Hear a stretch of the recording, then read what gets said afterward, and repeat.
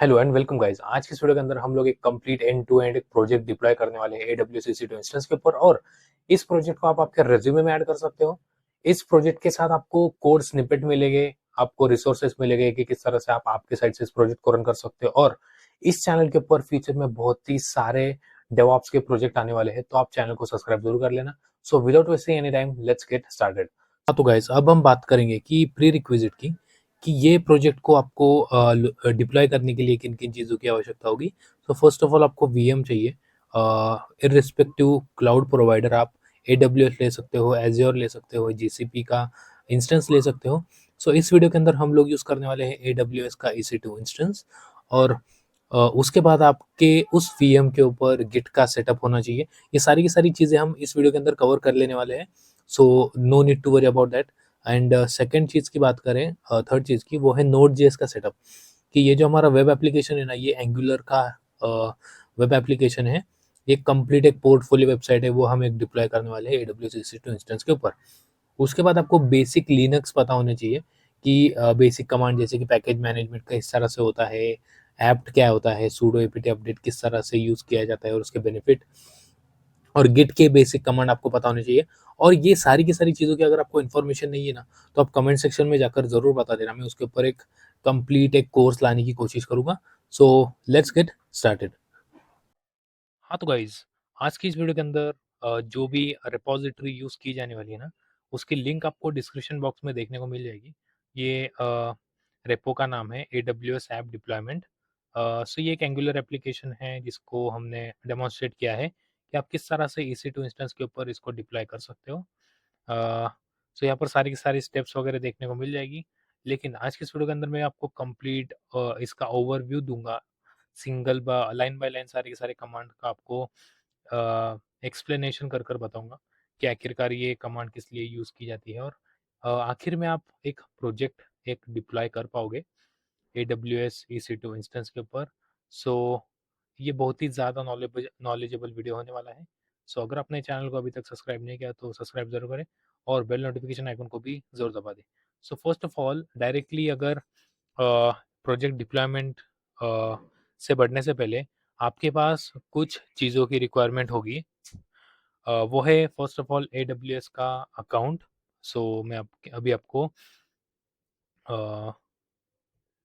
console.aws.com, आप AWS भी डाल देना। AWS जैसे कि आप सर्च करोगे, यहाँ पर अमेजॉन वेब सर्विसेज का आपको अकाउंट का साइन इन करना पड़ेगा अगर आपके पास ऑलरेडी अकाउंट है, या फिर आपको नया अकाउंट जाकर क्रिएट करना होगा।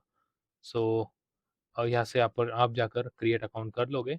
उसके बाद क्रिएट अकाउंट कर लेने के बाद आपके पास एक root admin user name password होगा। उसको मिल जाने के बाद आपको बस सिंपली लॉगिन कर लेना है, और बाद में की स्टेप में आपको समझाकर बता देने वाला हूँ। सो मैंने अभी मेरे AWS कंसोल के अकाउंट को लॉगिन कर लिया है। एंड उससे पहले आपको बेसिक नॉलेज होना चाहिए कि SSH क्या है, और टर्मिनल का बेसिक सा कमांड का ओवरव्यू आपको पता होना चाहिए कि SSH कमांड क्या है, किस तरह से सारी की सारी चीज़ें वर्क करती है। ये बेसिक इन्फॉर्मेशन होनी चाहिए। अगर नहीं भी है तो मैं लाइन बाय लाइन सारी की सारी चीज़ें कवर करूँगा। तो फर्स्ट ऑफ ऑल कंसोल पे जाने के बाद आपको EC2 सर्च कर लेना है। एंड करंटली हम नॉर्थ वर्जीनिया के रीजन के अंदर है, और यहाँ पर मैं लॉन्च इंस्टेंस के ऊपर क्लिक करूँगा। और यहाँ पर हमें हमारे इंस्टेंस का नाम दे देना है। अभी फर्स्ट ऑफ ऑल ये इंस्टेंस क्या होता है? ये कुछ नहीं, वर्चुअल मशीन है जो कि AWS हमें प्रोवाइड करता है यूजिंग वर्चुअलाइजेशन। सो हर एक वर्चुअल मशीन को आप यहाँ पर देख सकते हो, सिक्योरिटी कॉन्फ़िगर होता है, वॉल्यूम अटैच्ड होते हैं, इसका टाइप होता है इंस्टेंस का टाइप, और उसकी OS इमेज या फिर सॉफ्टवेयर इमेज, और अमेज़न की भाषा में इसे अमेज़न मशीन इमेज भी कहते हैं, ये अटैच होती है। तो यहाँ पर मैं पोर्टफोलियो ऐप ये डाल दूँगा नाम, और यहाँ पर आपको अ, वो मल्टीपल ऑप्शंस देखने को मिलते हैं, जैसे कि अमेज़न का लिनक्स, मैक ओएस, उबंटू, और मैं यहाँ पर उबंटू सिलेक्ट कर लूँगा। और यहाँ पर जो करंटली हम जो है ना, ये लर्निंग पर्पस के लिए कर रहे हैं, तो यहाँ पर फ्री टियर एलिजिबल वाला कोई भी अ, लिनक्स बेस ऑपरेटिंग सिस्टम भी वर्क करेगा। उसके बाद हम नेक्स्ट आते हैं इंस्टेंस टाइप के ऊपर। मैं आपको एग्जांपल के साथ बता देना चाहता हूँ। अगर मैं एग्जांपल लेता हूँ कि आपकी पोर्टफोलियो की वेबसाइट है, तो उसके लिए आपको ज़्यादा रिसोर्सेज़ की ज़रूरत नहीं पड़ेगी, T2 माइक्रो या फिर T3 मीडियम भी चल जाएगा। लेकिन अगर आपका व वर्कलोड बड़ा है, तो आप उस हिसाब से M5 लार्ज वगैरह ले सकते हो। यहाँ पर ऑलरेडी T2 माइक्रो यहाँ पर आप देख सकते हो, फिर उसके बाद T2 medium, T2 large, C5A वगैरह सारी की सारी चीज़ें आपको देखने को मिल जाती है। तो यहाँ पर हम क्या कर लेंगे, एक नया की पेयर क्रिएट कर लेंगे, एप्लीकेशन डिप्लॉयमेंट नाम का। यहाँ पर ये की टाइप RSA और PEM रख देंगे, जो कि हम ऐसे ओपन SSH के लिए यूज़ करते हैं। और क्रिएट कर लेने के बाद ना, ये की यहाँ पर मेरे पास डाउनलोड हो चुकी है, एप्लीकेशन डिप्लॉयमेंट डॉट PEM। क्योंकि जब हम सर्वर को लॉगिन करेंगे ना, सर्वर यानी कि वो VM को, तो उस वक्त हमारे पास ये की होनी बहुत ही ज़्यादा ज़रूरी है। यहाँ पर आप नेटवर्क सिक्योरिटी देख सकते हो, और नीचे स्क्रॉल करने के बाद आपको यहाँ पर allow SSH traffic from anywhere कर देना है। यहाँ पर आप कस्टम भी डाल सकते हो और माई IP भी डाल सकते हो। अगर आप ऑर्गेनाइजेशन में काम करते हो ना, तो आपको ये सारी की सारी चीज़ें हैं ना, वो कंसिडर करना पड़ती है। वो हम इवेंचुअली आगे आने वाली सीरीज़ के अंदर देखेंगे, क्योंकि यूट्यूब के ऊपर इतने सारे ट्यूटोरियल्स हैं ना, कि सारी की सारी एडवांस चीज़ें आपको शुरू के फेज़ में बता दी जाती है।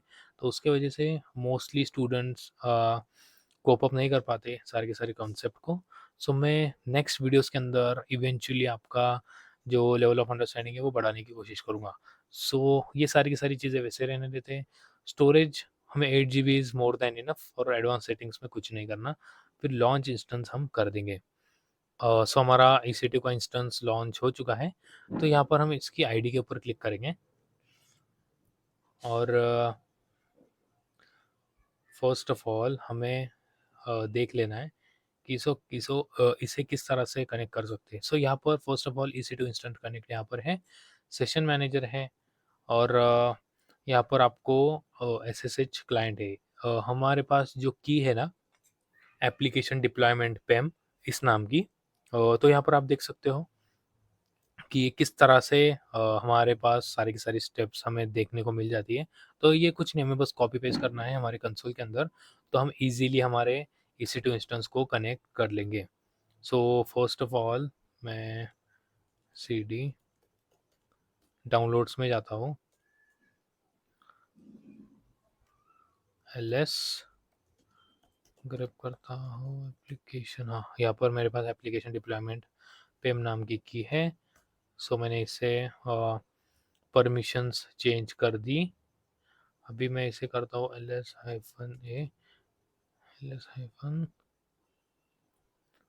Long list. तो यहाँ पर हमें ओनर को बस रीड, मतलब यहाँ पर हमें उसकी परमिशन चेंज कर दी है कि किसी भी तरह का मतलब हमें बस ये कमांड रन करने के लिए इसकी परमिशन चेंज करनी होती है।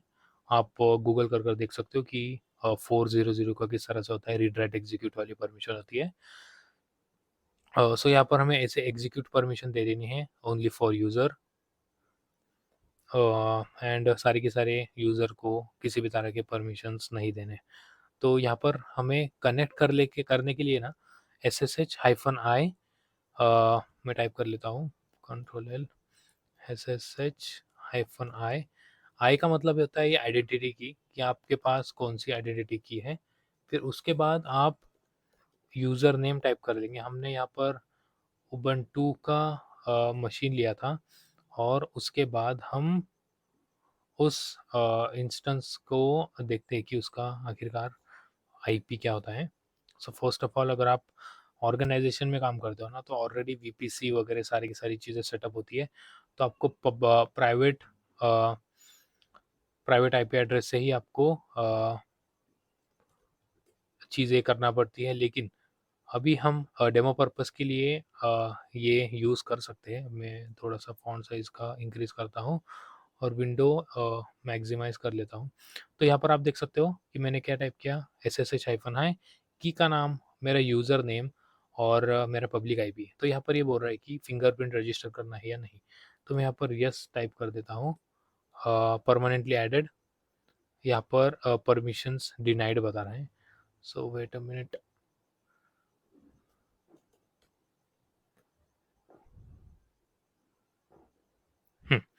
सो माय मिस्टेक।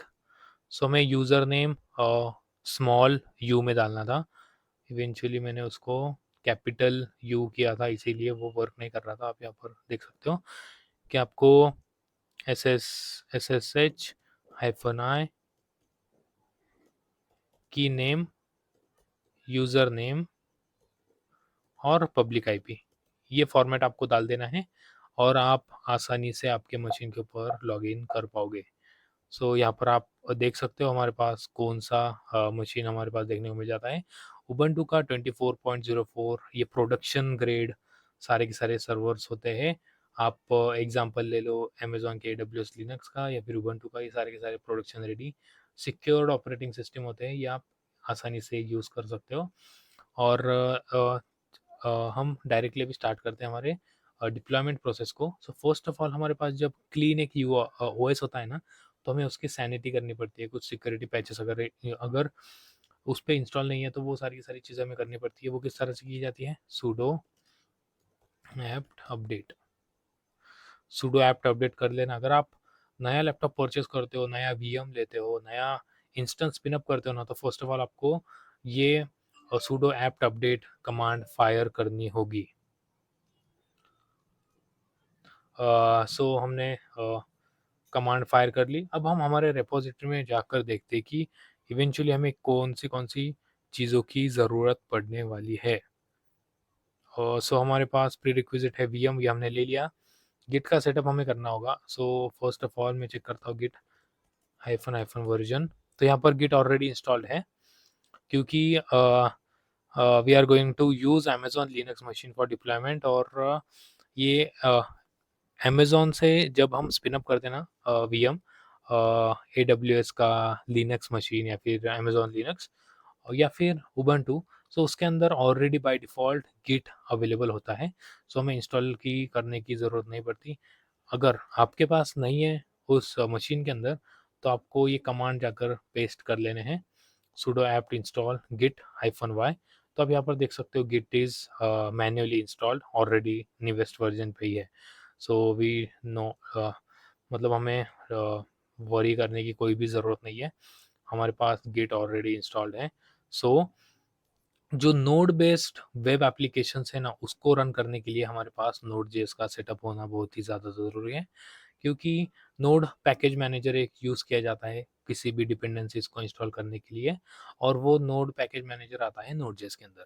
बस इतना ही आपको कंसिडर करने की ज़रूरत है as a DevOps engineer. So first of all हम ये कर्ल करके इसका पैकेज डाउनलोड कर लेंगे। सो ये कमांड सक्सेसफुली रन हो चुकी है और ये अभी डाउनलोड क्या हो गया है, आप यहाँ पर देख सकते हो nvm install LTS। NVM का फुल फॉर्म है नोड वर्जन मैनेजर, कि अगर आपके पास मल्टीपल सर्वर्स है और उस पर्टिकुलर सर्वर या फिर किसी भी सर्वर के अंदर अगर आपको यूज़ करना है पर्टिकुलर वर्जन का नोड जेएस का वर्जन, तो आप NVM को यूज़ कर सकते हो। सो NVM लिस्ट, तो यहाँ पर आप देख सकते हो आपके पास एक ही वर्जन है। आप इस तरह से आप वर्जन्स ऐड कर सकते हो। और अगर आपको पर्टिकुलर वर्क स्पेस का नोड का वर्जन चेंज करना है, तो आप क्या कर सकते हो, NVM यूज़ 22.11.0, तो ये बोलेगा नाउ यू आर यूजिंग 22। ये डिफ़ॉल्ट है, इसीलिए हमें किसी भी तरह का टेंशन लेने की ज़रूरत नहीं है। हमारे पास अभी चेक करते हैं NPM का वर्जन कौन सा है हमारे पास। सो 10.9.0 ये हमारे पास नोड जेएस का वर्जन आ चुका है। और नोड -v वो भी 22.11.0 ये हमने सेटअप कर लिया है। जो प्री रिक्विजिट थे हमारे कंप्लीट हो चुके हैं, जैसे कि गिट का सेटअप करना, VM स्पिन अप करना, नोड जेएस का सेटअप करना। अब फाइनल स्टेप आती है हमारी कि एंगुलर का सेटअप करना। सो उसके लिए हमें इंस्टॉल करना पड़ेगा। इवेंचुअली क्या होता था कि ये जो प्रोजेक्ट है ना, ये AWS ऐप डिप्लॉयमेंट, ये वाला प्रोजेक्ट, मैं आपको इसकी थोड़ी सी कॉन्फ़िगरेशंस दे देता हूँ। तो यहाँ पर आप अगर देखोगे ना तो यहाँ पर पैकेज डॉट जेसन है। तो जब आप नोड जेएस का किसी भी तरह का प्रोजेक्ट रन करते हो ना, तो पैकेज डॉट जेसन से सारे के सारे डिपेंडेंसीज फेच कर लेता है और उसे इंस्टॉल कर लेता है यूजिंग कमांड npm install। सो वो हम देखेंगे कि किस तरह से चीज़ें वर्क करती है। तो यहाँ पर npm इंस्टॉल हो चुका है, तो ng हाइफन हाइफन वर्जन, हम एंगुलर का वर्जन चेक करेंगे अभी। सो वो यहाँ पर आ रहा है 18.2.11 और 18.2.11, इसका मतलब हमारे पास जो बेसिक रिक्वायरमेंट था वो सारा का सारा हो चुका है। अभी हम देखेंगे कि ls करके कि यहाँ पर कुछ है तो नहीं, तो यहाँ पर कुछ नहीं है। तो मैं गिट क्लोन कर लेता हूँ ये रिपोजिटरी को। कौन सी रिपोजिटरी? AWS ऐप डिप्लॉयमेंट को। इस रेपो को मैंने क्लोन कर लिया है। अभी ls करता हूँ तो मुझे इस डायरेक्टरी के अंदर जाना होगा क्योंकि इसी के अंदर मेरे पास अवेलेबल है फाइल्स। कौन सी फाइल्स? पैकेट डॉट जेसन, जिसकी मदद से आप इस प्रोजेक्ट को लगने वाली डिपेंडेंसीज डाउनलोड करने वाले हो। समझे? सो हमें अभी एक कमांड टाइप करना है npm install। अभी आप देखोगे कि यहाँ पर एक फोल्डर नहीं है नोड मॉड्यूल्स का। तो अभी मैं इंस्टॉल कर देता हूँ, एंटर दबा देता हूँ npm इंस्टॉल कर लेने के बाद।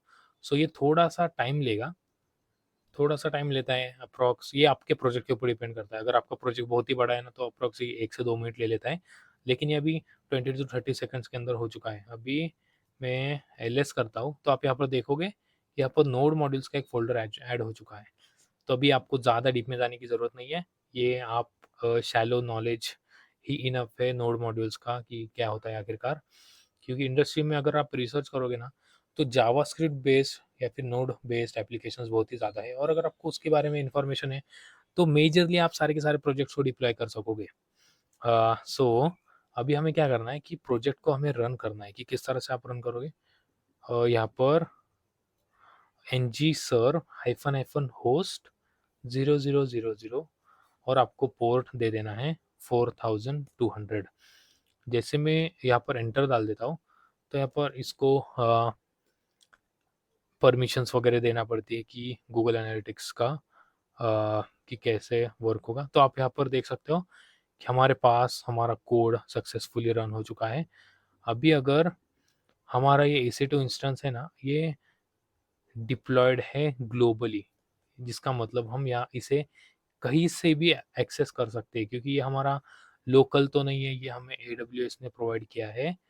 तो इसको हम कहीं से भी एक्सेस कर सकते हैं यूजिंग इट्स पब्लिक आईपी। सो यहाँ पर आप देख सकते हो इसके आईपी से हम इसे एक्सेस कर सकते हैं।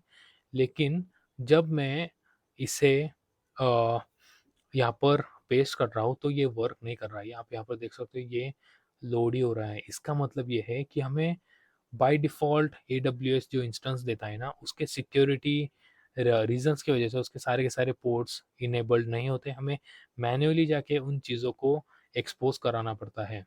तो अभी हम देखते हैं वो किस तरह से किया जाता है। सो फर्स्ट ऑफ ऑल आप यहाँ पर जाएंगे तो यहाँ पर आप देख सकते हो कि आपको उस इंस्टेंस का जो भी सिक्योरिटी ग्रुप है ना, तो आप ये इंस्टेंस के ऊपर सिलेक्ट करोगे ना तो यहाँ पर सिक्योरिटी सेटिंग में जाना और यहाँ पर थोड़ा सा स्क्रॉल करने के बाद यहाँ पर आप सिक्योरिटी ग्रुप्स देख सकते हो। और यहाँ पर सिक्योरिटी ग्रुप का इनबाउंड रूल्स और आउटबाउंड रूल्स करके कंसेप्ट होता है। वो थोड़ा सा एडवांस है, वो हम आगे आने वाली वीडियोस में देखेंगे। लेकिन इस वीडियो के लिए या फिर इस प्रोजेक्ट के लिए आपको क्या ज़रूरी है वो फर्स्ट ऑफ ऑल मैं आपको समझाने वाला हूँ। तो यहाँ पर आप देख सकते हो कि SSH ट्रैफिक यहाँ पर कस्टम रखा है। मतलब इसका मतलब आप अगर आपके लैपटॉप से ये आईपी डालोगे तो आप उसे एक्सेस कर सकते हो, लेकिन आपके पास की होनी चाहिए। तो मैं यहाँ पर एक रूल ऐड कर देता हूँ, TCP custom TCP port number 4200 and यहाँ पर IPv4 एनीवेयर। सो जैसे कि मैं यहाँ पर सेव कर लेता हूँ। सो यहाँ पर मेरा TCP प्रोटोकॉल ऐड हो चुका है। अगर आपको नहीं पता ये सारी की सारी चीज़ें क्या हैं, आप कमेंट सेक्शन में जाकर पूछ सकते हो। मैं आपको इसके ऊपर डिटेल में वीडियो बना दूंगा।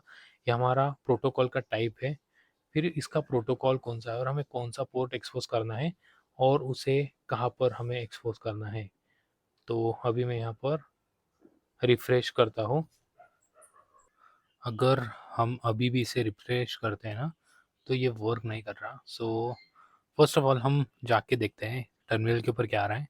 ये 172 31 35 230 और हमारे इंस्टेंस के डिटेल्स के ऊपर आप देख सकते हो यहाँ पर प्राइवेट आईपी इसका ये है। सो हमें प्राइवेट आईपी की ज़रूरत नहीं है, हमें चाहिए पब्लिक IPv4 एड्रेस। सो हम ये यहाँ पर डाल देते हैं और जैसे कि मैं इंटर टाइप करता हूँ यहाँ पर हमें एक कंप्लीट पोर्टफोलियो देखने को मिल जाता है। सो कॉन्ग्रेचुलेशन गाइज, हमने कंप्लीट कर लिया है एक end to end project deployment on AWS EC2 instance. और ये प्रोजेक्ट आप आपके रेज्यूमे में ऐड कर सकते हो। लेकिन अब बात करेंगे कि फ्यूचर में हम क्या क्या देखने वाले हैं। सो फर्स्ट ऑफ ऑल मैं एक वेबसाइट ओपन कर लेता हूँ। सो फर्स्ट ऑफ ऑल ये मैनुअल प्रोसेस है। ओके, सो ये जो हमने देखा ना, ये कंप्लीट मैनुअल प्रोसेस है। इसमें किसी भी तरह का CI/CD पाइपलाइन नहीं है और इसके अंदर मॉनिटरिंग भी ऐड नहीं किया गया है और not made for huge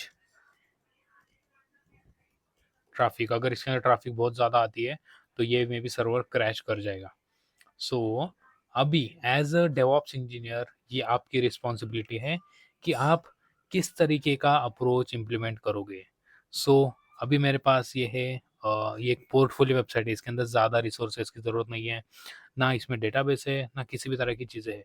so इस यूज़ केस के अंदर मैंने यूज़ किया है ये जो वर्चुअलाइजेशन वाला अप्रोच है ना, वो यूज़ किया है। ये आपका जॉब है एज अ डेवऑप्स इंजीनियर, ये आपके ऊपर डिपेंड करता है कि बेस्ट अप्रोच क्या होना चाहिए आपके प्रोजेक्ट के लिए। अभी मेरा ये मोनोलिथिक एक अप्रोच है जिसके अंदर मुझे सिंपल सा एक जिसके अंदर मेरा प्रोफाइल पिक्चर्स, यहाँ पर लिंक्स वगैरह है, यहाँ पर मेरे स्किल्स है और यहाँ पर मेरा कुछ डेटा स्टैक्स है। तो ये सारी की सारी चीज़ें करने के लिए मुझे बेसिक जो चीज़ें रिक्वायरमेंट थी ना, वो मुझे AWS EC2 से मिल रही थी। तो इसीलिए मैंने AWS EC2 वाला या फिर वर्चुअलाइजेशन वाला अप्रोच यूज़ किया। अगर मेरे पास माइक्रो सर्विसेज वगैरह होते हैं, multiple databases, multiple front end होता है या फिर बैक एंड होता है सेपरेट सेपरेट। सो उस केस के अंदर मैं कंटेनराइजेशन यूज़ करता। सो फ्यूचर में आने वाली वीडियोस के अंदर मैं सारे के सारे आपके जो डाउट्स है, ये सारी की सारी चीज़ें ना मैं ग्रेजुअली कवर करूँगा कि अभी हमने फ्रंट एंड को डिप्लॉय किया AWS की मदद से, EC2 इंस्टेंस एक लॉन्च किया, फिर उसके अंदर कॉन्फ़िगरेशन किया, फिर सैनिटी की यूज़ की, फिर रिक्वायर्ड पैकेजेस यूज़ किए और एक्चुअल में ऑर्गेनाइजेशन में ना सेम इसी तरह का अप्रोच होता है।